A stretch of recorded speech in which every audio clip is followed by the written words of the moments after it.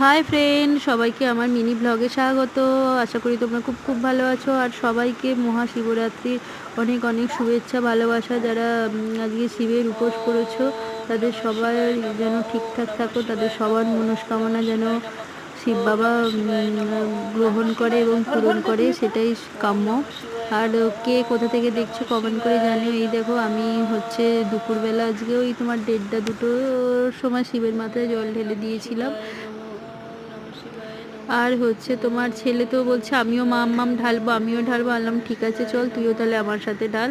আর আমি ঘরেই তোমার পুজো করি, ঘরের ঠাকুরকে পুজো করি। মন্দিরেও গিয়েছিলাম সন্ধ্যাবেলা, গিয়ে একটু বাতি ধূপ দেখিয়ে দিয়ে একটু ঠাকুর মশাইকে দক্ষিণে দিয়ে এলাম, নমস্কার করে এলাম। আর এটা সন্ধ্যাবেলা আবার আবার একবার পুজো করেছিলাম তোমার, সেটারই তোমরা ভিডিও দেখছো।